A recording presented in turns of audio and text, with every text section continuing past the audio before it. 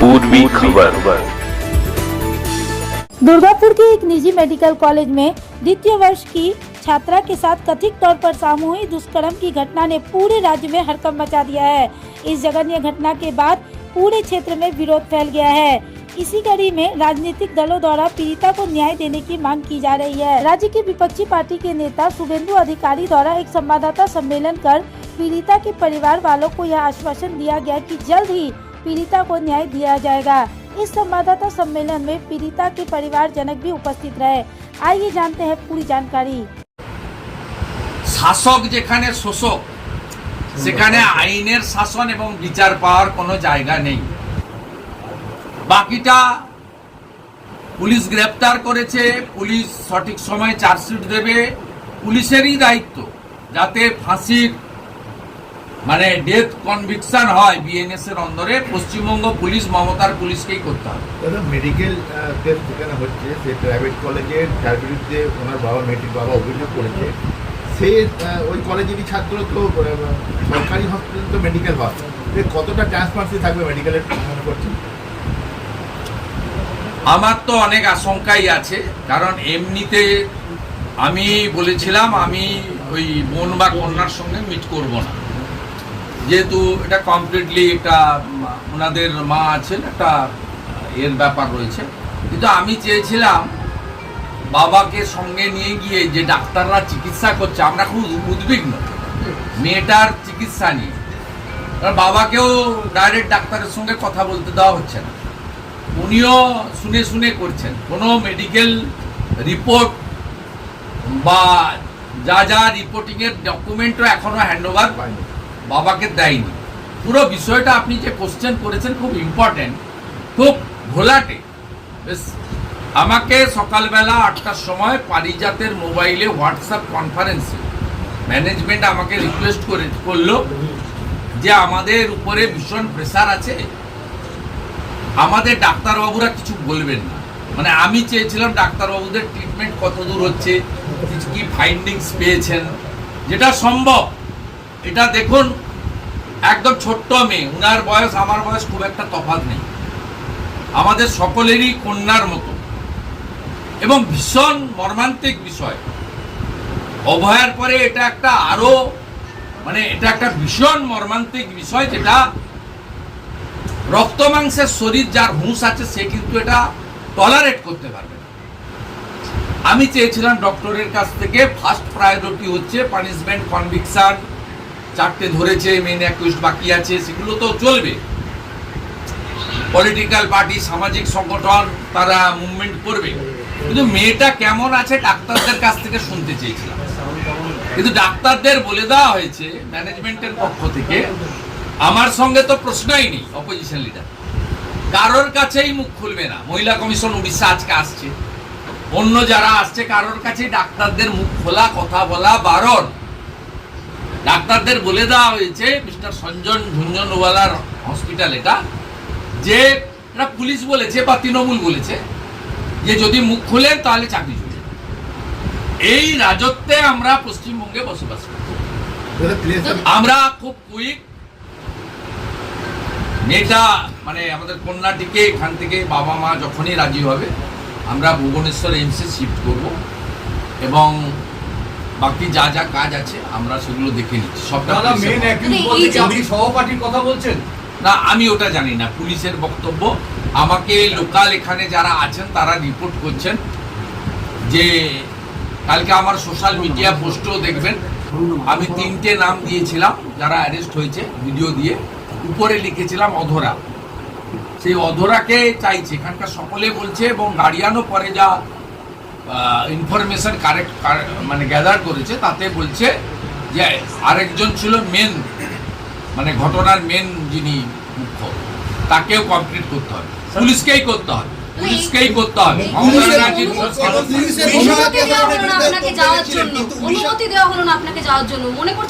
ডাক্তারদের সঙ্গে কথা বলা, আমার দুটো কাজ ছিল, এক গার্ডিয়ানের সঙ্গে কথা বলা, সেটা শুধু ওনার সঙ্গে বলিনি, ওই কন্যাটির পাশে থাকা, ছাত্রীটির পাশে থাকা, মাথার কাছে থাকা মাও টেলিফোনে আমাকে ব্রিফ করেছিল। আমি হ্যাপি।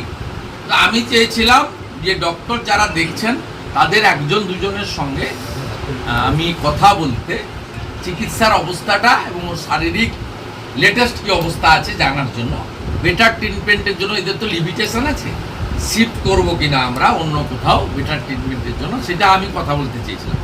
রাতে সকাল 8টার সময় পারিজাতে ফোন থেকে আমাকে ম্যানেজমেন্ট রিকোয়েস্ট করেছে, আমি নামটা আর বলছি না, আবার পিছনে লেগে যাবে। তা বলেছে আমাকে যে কমপ্লিটলি বারণ আছে ডাক্তারদের কারোর সঙ্গে কথা বলতে পারবে। আপনারা মিডিয়া তো কার চাপ আছে তো সবাই জানে। One lady team, here is one lady team, that is our chief minister, it's knows everybody. Openly কোন চিফ মিনিস্টারের দম আছে বলে দেবে? এই মানে গণতান্ত্রিক দেশে নারী স্বাধীনতা, নারী সুরক্ষা, পস্কো আইন, মহিলাদের জন্য কত কিছু হচ্ছে, নির্ভয়া কাণ্ড, তারপরে সারা রাত্রি জেগে এমপিরা আইন পাস করেছে। তারপরে আপনি বলুন তো এইরকম সাহস কার আছে? ইন ফ্রন্ট অফ মিডিয়া এয়ারপোর্টে বেড়াতে যাচ্ছেন, বলছেন যে রাত্রিবেলা বেরোনো ঠিক হচ্ছে না, বলছেন নারী সুরক্ষা নিজেদের বুঝে নিতে হবে। এইরকম এত সাহসী মুখ্যমন্ত্রী, বোল্ড মুখ্যমন্ত্রী পাবেন নাকি কোথাও? প্রথম কথা বলি, রাজ্যের মুখ্যমন্ত্রী মমতা বন্দ্যোপাধ্যায় দুর্গাপুরের ইনসিডেন্ট নিয়ে অনেক পরে দার্জিলিং এ ছুটি কাটানোর যাওয়ার সময়, উনি তো দার্জিলিং এ যাচ্ছেন ছুটি কাটাতে, টাইগার হিলে থাকবেন, সেখানে যাওয়ার পথে তিনি যে ধরনের কথাবার্তা বলেছেন তাতে বাংলা বাঙালি হিসেবে আমরা সবাই লজ্জিত।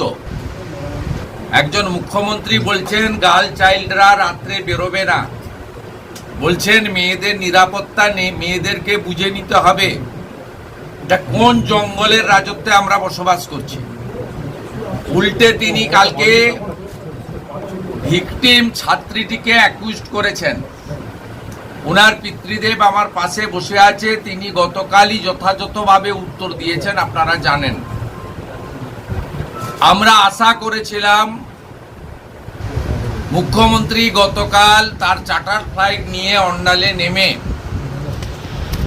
ওই কন্যাটিকে দেখতে যাবেন, তার চিকিৎসা কেমন চলছে, অন্তত ডাক্তারদের সঙ্গে আইকিউসিটিতে কথা বলে তারপরে তিনি তার ভ্রমণে বা প্রমোদে যাবেন। তিনি সে দায়িত্ব পালন করেননি। বিরোধী দলনেতা হিসেবে আমি আজকে সকালে এসেই প্রথম পরিবারের সঙ্গে মিলিত হয়েছি। ওনার পিতৃদেব কান্নায় ভেঙে পড়েছেন আমার কাছে, আমাদেরও কান্না আসছে যে বাংলা অতিথি দেব ভব, আমরা উড়িষ্যার একজন মেয়েকে এখানে সুরক্ষিত রাখতে পারলাম না। এটা বাঙালি হিসেবে আমিও ব্যক্তিগতভাবে আমরা লজ্জিত। আমরা উড়িষ্যার শেঠিবাবু এবং তার পরিবারের কাছে আমরা ক্ষমা প্রার্থী যে তার কন্যাকে সুরক্ষা দিতে পারল না পশ্চিমবঙ্গ। এর থেকে লজ্জার আর কিছু হতে পারে না। উনার ফোন থেকে মেয়েটার, আমাদের কন্যার মাথার কাছে থাকা তার মায়ের সঙ্গে কথা বলিয়ে দিয়েছেন। মাকে আমি জিজ্ঞেস করলাম যে চিকিৎসায় আপনারা, আমাকে তো হসপিটালে এন্ট্রি দিচ্ছে না, আটকে রেখেছেন, তা আপনারা কি খুশি? তিনি বললেন যে প্রাইমারি ট্রিটমেন্ট যা হচ্ছে এখনো পর্যন্ত আমাদের তো, আমরা তো ডক্টর নই, আমি একটু আগে ওষুধ ইঞ্জেকশন ইত্যাদি হয়েছে এবং মেয়ে কিছু কিছু ডায়েট নিচ্ছে, মেডিকেল ডায়েট, খাওয়া দাওয়া অল্প অল্প করছে এবং সি ইজ স্টেবল। এবং তারা চান আরো বেটার ট্রিটমেন্টের জন্য ভুবনেশ্বর এইমসে নিয়ে যেতে, এবং ডাক্তারবাবুরা ছাড়লেই সে ব্যবস্থা করবেন। এখানে আমাদের প্রথম দিন থেকে যে যুব ভাইরা, রাষ্ট্রবাদী যুবকরা, সন্তোষ ভাই, পারিজাত ভাইরা রাত্রি 1:30-2 থেকে ওর বাবা আসার আগে লড়াইটা হসপিটাল থেকে শুরু করেছেন। তার পিতৃদেবকে রাখা, শেল্টার দেওয়া, তাকে যাতে কোনোভাবে পুলিশ বা শাসক দলের কেউ বিব্রত করতে না পারে সেটা তারা করেছেন। এখনো still now they are doing. তারা সুন্দরভাবে জলেশ্বরে বা উড়িষ্যায় পাঠানোর ব্যবস্থা করবেন।